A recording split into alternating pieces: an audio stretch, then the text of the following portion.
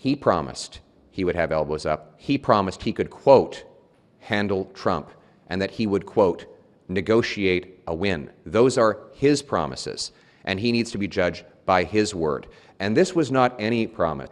It was the promise on which he ran his entire election campaign. And now he's abandoning it. So either he admits that he was wrong all along, or that he knowingly spread falsehoods to get elected. He needs to explain which of those two things it is. But it adds to a long list of broken promises. Remember, he was going to build more and at faster speeds than ever before? He's getting breathless media coverage because he's setting up a new office that will one day approve projects that may one day get built. 160 days in, and he's bragging that he's close to setting up a construction office. Not one pipeline has been identified, not one LNG plant, not one nuclear plant, not one hydroelectricity dam, not one major project has been identified, let alone approved. And all of the anti-resource laws that will make them impossible to complete remain in place. He said he'd double home building. His housing agency says home building will drop by 13% over the next 2 years. And the housing crisis has tripled in its different directions. Under Trudeau, it was just that they were too expensive for anyone to buy. Now, it's too costly for builders to build, buyers to buy, or sellers to sell. He said he would invest more and spend less.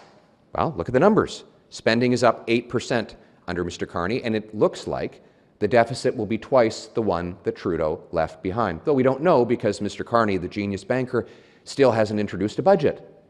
And then there is the investment side, down $60 billion in what the Financial Times says the single biggest net outflow of investment in any 5-month period. That is Mr. Carney's track record on investment. He is spending more and investing less. Immigration numbers continue to be out of control. Liberals have lost track of 600 non-Canadian criminals who were supposed to have been deported. They're still on our streets. Crime is raging to such a point where people are now demanding the ability to defend themselves in their own homes because they know the law will not defend them. And rightly, Canadians believe that they need to defend themselves if an intruder who's probably out on bail for the 100th time under Liberal laws comes into the house, and frankly, they should have the right to defend themselves and their property against an intruder.